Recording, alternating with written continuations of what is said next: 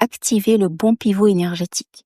Le pivot vibratoire, c'est de passer d'une fréquence de plainte à une fréquence d'intention.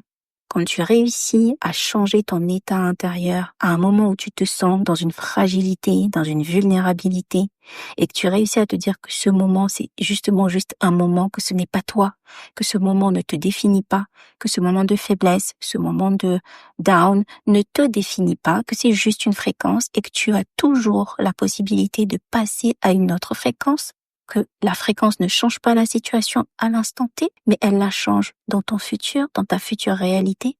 Quand tu arrives à jouer sur le fait que peu importe ce qui se passe aujourd'hui, tu peux choisir intérieurement de respirer en paix, d'être en tranquillité, quand tu sais que peu importe ce qui se passe, peu importe ce que disent les gens, peu importe ce que font les gens, à chaque instant, tu as le choix de décider intérieurement de comment tu te sens.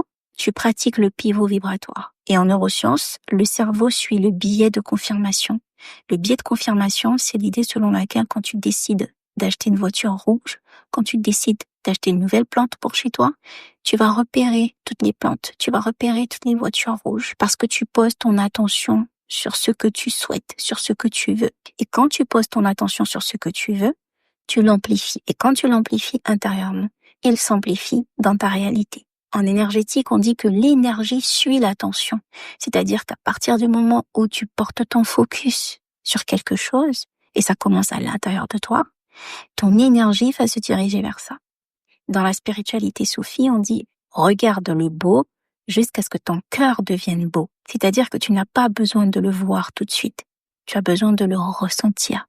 Je sais que c'est pas évident de ressentir puisque l'extérieur joue sur toi, mais ça c'est quand tu es dans une posture de victimisation énergétique. Maintenant tu sais reprendre ton pouvoir intérieur avec tout ce qu'on a vu jusqu'ici et le but aussi à partir d'aujourd'hui c'est d'arrêter de te dire que c'est dur.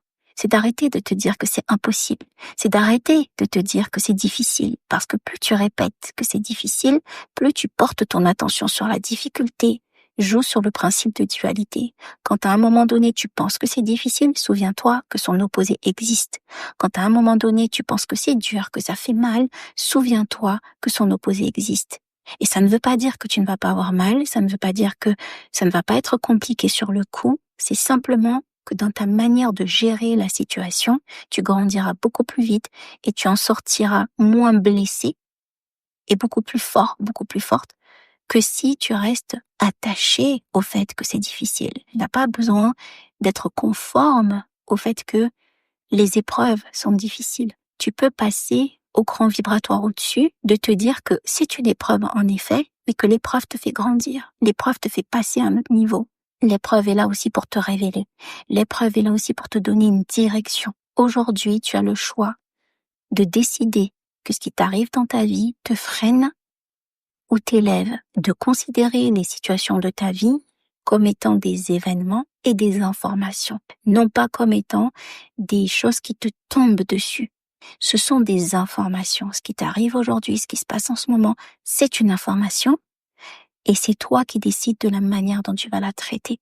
Donc aujourd'hui en pratique, chaque fois que tu vas te dire « je n'ai pas, je ne peux pas », tu vas ajouter ceci « mais je suis en train d'apprendre, mais je suis en train de recevoir, mais je suis en train de créer, de transformer. » L'exercice d'aujourd'hui, c'est qu'à chaque fois que tu vas avoir besoin, tu vas ressentir l'envie, le besoin de dire « je n'ai pas, je ne peux pas ». Tu vas ajouter « mais je suis en train de ». Et là, tu commences à créer ton pivot vibratoire et reviens me dire comment tu t'es senti dans le groupe WhatsApp.